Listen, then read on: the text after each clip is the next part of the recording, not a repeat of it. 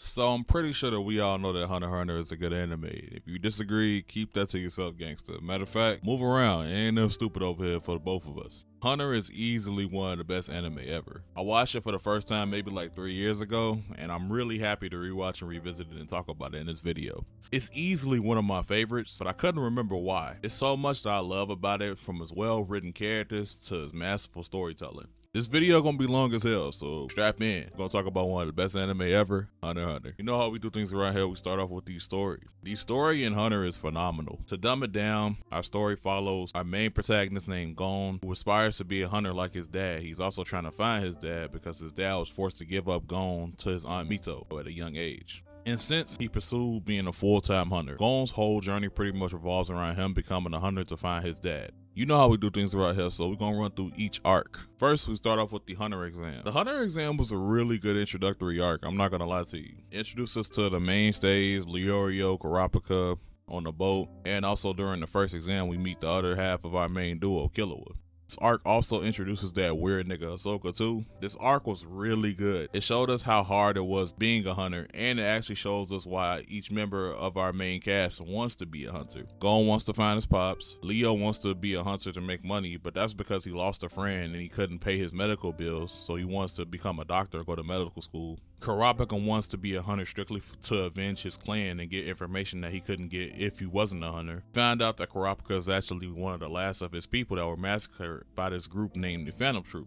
The tests were pretty entertaining too. I'm always gonna remember that first test just because that proctor, he started taking them fat ass steps. They was like, oh, his ass walking, that's all we gotta do is follow this nigga. This test about to be easy as hell. And then that nigga started taking them half-mile ass steps. Shit was real funny, I ain't gonna lie. They also introduced one of my favorites, Netero, in this arc. And the little game they were trying to play when they was taking the ball from him was fire, especially when Gon made him use his right hand. That was a really cool ass moment. That test they had where they had to fight those prisoners was great too, I'm not gonna lie. The standout moment was obviously Killua's fight. At this point, I already like Killua because he was like a super cool, like dangerous nigga. But like this moment where he took his he took that nigga heart out and he just put it in that bag, damn near made him one of my favorites like instantly. Like, I love Killua after that. Kurapika's fight was actually pretty phenomenal too. He seen that spider tattoo and it was up for that nigga. I love how we see everyone's abilities early on, and the next phase was lit too. The main thing I remember for this one is Gon trying to get Hisoka's tag, but I also remember Hisoka's bloodlust mode. Put that in quotes because I don't think that was bloodlust mode at all. I think that nigga was just horny, keep it being with you. Talking about them boys make me feel all tingly inside. Like, hold on, player, what you got going on over there?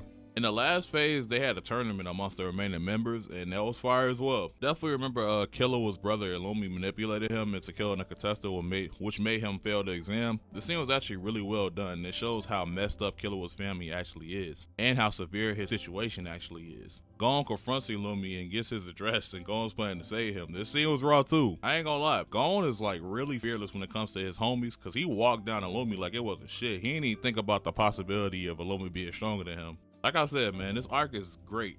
It did a great job at setting the stage and tone for the show, and it did a great job at introducing our main cast and establishing what they want from being a hunter. The next arc is the Zodic family mini arc. This arc was super cool too. It introduces us to Killua's family, and it gets into Killua's background. This arc does a really good job at laying out Killua's situation, and it goes into how he ran away from home because he didn't want his whole life to be controlled and predetermined. We also meet Canary in this arc, which is another cool ass black anime character, so bonus points. We see her memories of Killua when he was a kid. That was super cool. The whole scene where Gon was constantly trying to cross the line and he was just getting hit was super powerful. The scene with his father was actually my favorite scene in this whole arc. Remind you, this nigga is in a family full of assassins, so money really goes over morality in most cases. It's raw to see Killua's father be so supportive to him and approving his freedom from family tradition. That scene was so great to me. I love that scene. After that little game that Gon won against the Butler, Killua finally reunited with his friends and they went on to the next arc. What is another good arc? This next arc is the Heavens Arena arc. This arc is basically Gon and Killua making money to save up to buy Greed Island from this auction.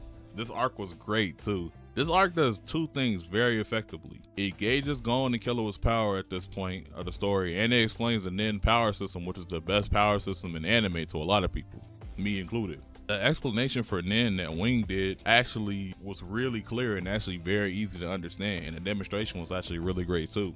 In this arc, Gon and Killer will work their way up to the 200 floor and they meet Hisoka on the 200 floor, but they are unable to pass because of his Rin aura, and he just says that they simply aren't ready. At this point, the teacher Wing teaches them more about their Nin. It was some fire ass fights in this arc. Of course, the uncomfortable exchange between Gon and Hisoka. It was great. It was really well choreographed and engaging. Even though Hisoka was once again tweaking that entire fight, that little moment where he gave him his tag back was a little cool too. The other fights was good too. I ain't gonna sleep on them. Gon versus Gedo was really good. Even though Hisoka was in the crowd, this nigga horny as hell. The fight with Killua versus that nigga with the most reinforced wheelchair that I've ever seen in my fucking life was really good too. And then makes all these fights interesting. That's the thing I like about this show a lot. There's always going to be someone using a different strategy when it comes to Nin, therefore you have to adapt and fight accordingly. The other Hisoka fight was good too. The reveal of Hisoka being a member of the Phantom Troop was great too. They set up the whole York New City auction heist in the next arc too. This arc was like a training arc in disguise, but really it was done like extremely well regardless. Like it didn't even matter. It introduced new likable characters, taught us more about the power system. This is a really good build up to the upcoming arcs as well. I probably would have enjoyed this one a bit more if Ahsoka wasn't in the stand tweaking for most of these fights. And this, like I said, this is a really good build up for one of my favorite arcs in the entire show. York New City. Yeah. York New City is so goated game because it's definitely one of the best arcs besides the Chimera arc. Bro, was so much happening in this arc. So basically Kurapika comes back around this arc, and he's basically been assigned to attend this auction and obtain these 3 items. One of these is the Scarlet Eyes that was stolen from his clan, and Gon and Killua are trying to get a copy from Greed Island in this same auction. Nigga, when I tell you I loved every moment of this arc, I really mean it. This arc fully reveals the Phantom Troop, and it really showed us that what Kurapika can do. Niggas airing out the crowd, Uvo beating niggas senseless. Watching him shit on those Shadow Beasts was so raw. It was such a good fight. Uvo was really out here serving gluten-free ass whoopers until Kurapika pulled up to fight Uvo, and that whole last shovel scene was just... well, you know Kurapika knew he had some shit going on, because if you bringing a shovel to a fight with a nigga, you know it was up for that nigga. You know it was. This fight between Kurapika and Uvo was actually really good too. We got to see the Judgment Chain a couple times throughout this arc. We got to see Killua dad and grandpa fight Crollo, which was another stupid good ass fight. Watching Zeno and Sun fight together was raw as hell. We get to see Judgment Chain use a couple times. We get to see Kurapika completely spaz out. We get to see all the Phantom Troops and Nin abilities, which is really cool. We get to see the little trade for Crollo. There's a little subplot with Hisoka too, what he wants to fight Crollo since he liked fighting strong opponents, which was super fire. This whole arc was just crazy. It was beautifully executed. Arc is damn near perfect for real in my opinion. This arc was action packed. And I can't forget at the end of the part where Gon and Killua seen Finks and Phaeton in the auction, and they ran away for they really got their little ass hawk for that. Scene was funny as hell. I'm a little bit biased here because of how much I love the Phantom Troop. I just think that they're my favorite group in anime besides the Akatsuki. It's wild. They're not entirely evil. They all have their own personal morals and motives, and that's why they didn't kill Gon and Killua when they captured them. They're so cool too. Every member has a unique personality and ability. Their writing is all their writing is great. And unrelated note, Shizuku, she fine as hell. Gotta throw that in there. I don't know why they drew her like that. She fine as hell. This is just a very well-made antagonist group, and Crollo is great as their leader. There's so much depth to this group, and I wish that they were used more throughout the story. But what we got of the Phantom Troop was plenty, and it was still great. I think York New City gave me a lot of my favorite moments in this entire series, and I was so happy to revisit this one. I was so happy to watch this one again. Greed Island was actually pretty good.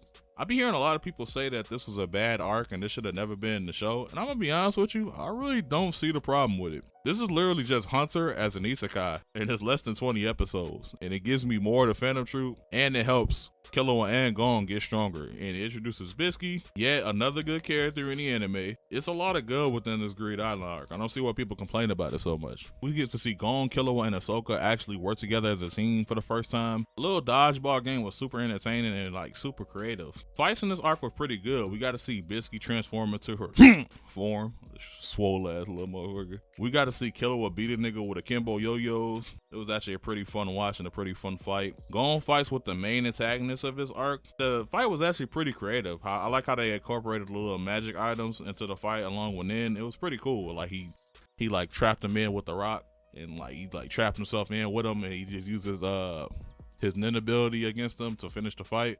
It was a pretty cool fight. Now I must admit, the main antagonist wasn't that interesting, but that's a very small complaint. This is a really good arc. And this whole arc was like necessary to achieving Gon's goal, so I don't see why people have a problem with this.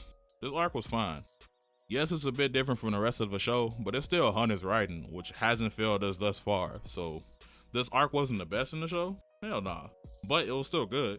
And it's set up for the top dog. And here we are, the Chimera Ant arc. Gang, I am so glad that I was able to rewatch this show. I am so glad. This arc was beautiful.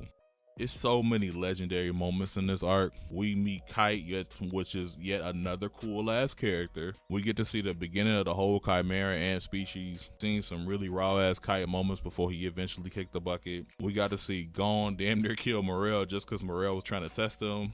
We've seen Gon and Killua fight Knuckle and shoot and train with them. This arc introduces one of the best antagonists in anime history, Meruem. We get to see Netero and Zeno pull up to Meruem's castle. That little moment when Netero was walking out and he pointed behind him, he was like, hey, shorty, she in now. It had me excited as hell because Gon was over there looking for blood. He ain't see nothing but red. We got to see Killua's Godspeed transformation, which was a really raw ass moment. We got to see potentially the best fight in the series between Netero and Meruem. This fight was like a true work of art. I still can't get over Netero's like little Nin ability with the statue, and that part where he was like, he asked Meruem that question. He was like, do you think I need 2 hands to pray? And he was like, prayer comes from the heart. I was like, oh, that's nasty, dog. That's such a nasty line. And we get to see Gon and Killua kind of switch points in their journey, which is a cool thing. Killua essentially started off as this super savage nigga with no regards for human life, but since then he mellowed out and chilled out. Because of Gon, pretty much. Gon went in the complete opposite direction.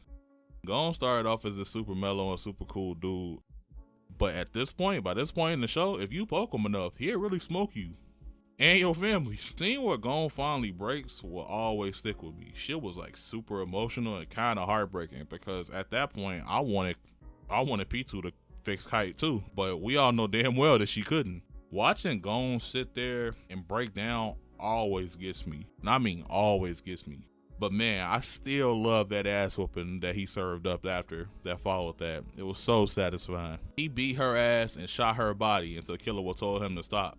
And he, you know what's crazy? He risked never using it again just to slap a Kite. Gon was not playing games in this arc, and I love it. I love that about Gon in this arc. And I'm pretty sure, I think Kite got reborn. Yeah, Kite got reborn, which is a plus. Meruem was like a good villain too. It's always a good sign when you listening to a villain talking, you sit there like, hold on.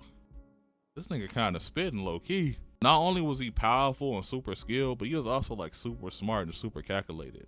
He was really a perfect villain, and I like the whole dynamic he had with the girl that played that game with him. It was cool to actually see him show emotion and love something. This arc was just a whole like dark and beautiful, like just masterpiece. It was really a masterclass in storytelling and story writing, and it lives up to every bit of hype that it has. The Chimera Ant arc definitely deserves all the love it gets, no question. As far as the rest of the show, we learn more about Killua's sister, Alluka, and we learn about her power, which is funny as hell. She say, "You won't do it?" Then you get turned into a damn raisin. And there's this whole struggle trying to control her power, but Killua was genuinely trying to treat her like a little sister and the entity that resides in her as family. Shit was super creepy when I first watched it. I'm not gonna lie to you. That little scene where they had the little emotional exchange. But after watching it again, it's still creepy, but it's super sweet. I'm not gonna lie to you. Killua gets something to heal Gon, and Gon finally meets his dad, which is a pretty awkward ass exchange, but it was necessary. Now, I know a lot of people say Ging is just like this horrible father and they be trying to put him next to like Tucker. But let's be real. Now, Ging was very doubtful and acted like he didn't want to see him, but I can somewhat understand why. He probably feels guilty for not seeing him all these years and putting him through all this just to see him. But gang, I understand though why people hate Ging. Like, you gotta fake it till you make it at some point. He done did all this, and Gon is just sitting right in front of you, excited to talk to you. Like, that's pretty wild that you on that like that, for you not even like trying to fake a smile. And Gon actually reunites with the reborn Kite, and Kite has all his memories and remembered everything, which is really cool. And him and Killer will finally separate, and he finally talks about his dad, about all his adventures on top of the World Tree to end off the show. Now, I'm not gonna lie to you, this story didn't hit as hard when I first watched it, but the second time around, man, this shit was beautiful. There's so much content in these 150 episodes, or 148, I think. So many characters to love, so many moments that stick with you for life, damn near.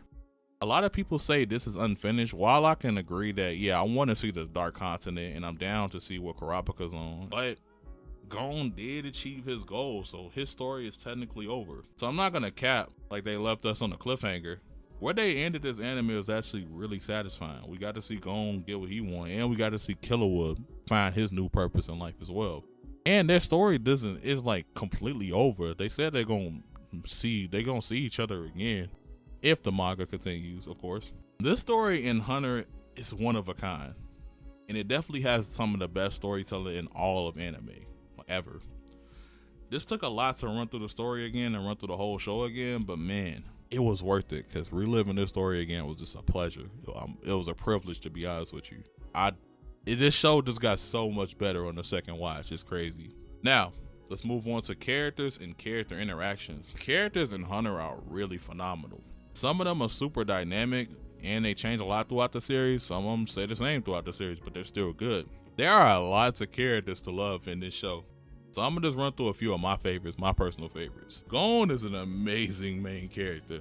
He's funny, and we see how strong he stands on his morals regardless of the situation. It doesn't matter if he's facing the most unwinnable situation. If his friends are involved, he gonna step up and fight. He's super loyal. I really love the scenes where he displays that too. The scene where he walked down Killua's brother is so goated, because he really did not give a fuck. He had a whole broken arm, walked him down, picked him up, and tell him, you gonna tell me where Killua lives. Didn't care at all, for no fear at all. There's also a lot of low-key things I didn't realize about Gon's character on my first watch. Gon is actually super stubborn. Like, if you want to do something, he's gonna do it, and external influences are gonna affect him that much. If he don't want to talk about something, he's not gonna talk about it. Like, I remember when he was watching that tape, and I was like, oh, we gonna find out more about Gon's OG. That nigga said no, turn the TV clean off. I was like, damn, all right, shorty, cool. But he reminds me of me though. If I believe I could do something, I'm really not listening to other niggas like that either. Shit, why y'all think I'm doing this right now? Killua is great too. Like I said earlier, he went through some major changes throughout the show. He started off as kind of this family experiment who was predetermined to be the best assassin in the family. He had no regard for life because he was forced into thinking that he doesn't have the right to have friends, and he's trained to be an assassin, so having personal connections will be seen as weakness. But by the end of the show, he becomes a better big brother to Alluka. He's Gon's best friend. He's no longer controlled by his family. He's found his own purpose in life. And overall, he's just a better person. Don't get me wrong, I like every version of him. When he was a savage killer, that was still my nigga. Like, don't tweet. Killer and Gon as a duo is phenomenal. They're both funny. They're always fighting for each other. They're always supporting and picking up each other. These two are really like a perfect pair, a perfect duo for the two main characters. I'm not gonna lie, without all the weird pedo shit, Hisoka's actually a really good character. He's an anomaly in the story with his own personal motivations, and he sticks to them. He just wants to fight strong niggas, and all of Hisoka's fights are actually pretty cool. Hisoka's pretty like unpredictable when it comes to the story. He can actually be pretty funny when he's not being weird, but him being weird is like 75% of his character. He was really tweaking in this show though, I ain't gonna lie. When he asked Illumi could he tear up Killua's buns, and I was like, oh. And I know the anime translation was could he kill Killua, but if you look at that hand gesture, I don't think that means kill. I just don't. Something tells me it doesn't mean kill. And when he was staring at Gon and Killua's ass in Greed Island, I was like, yo, bro, come on, dog.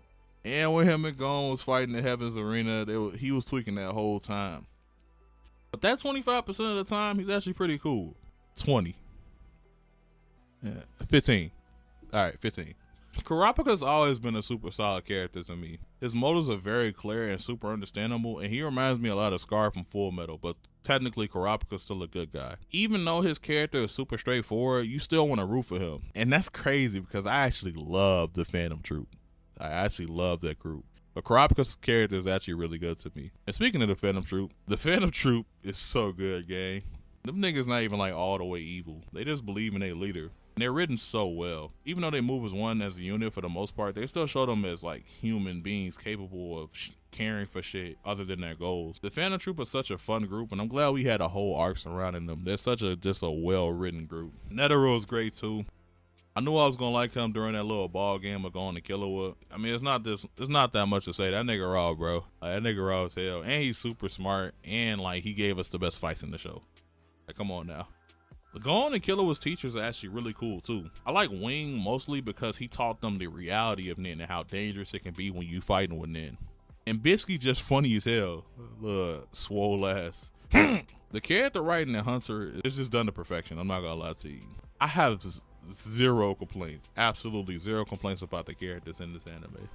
Now, let's move over to looks, presentation, and music. One thing that I definitely did not appreciate on my first watch through of Hunter is the music. They be having these big ass Elden Ring ass choir set pieces during the most tense moments of the show, and I love that shit because this adds so much to the moment. And it's not the same one over and over again. It's different every single time. I'm already paying attention, but the music just helps me so much more with immersion into the show. The show looks good.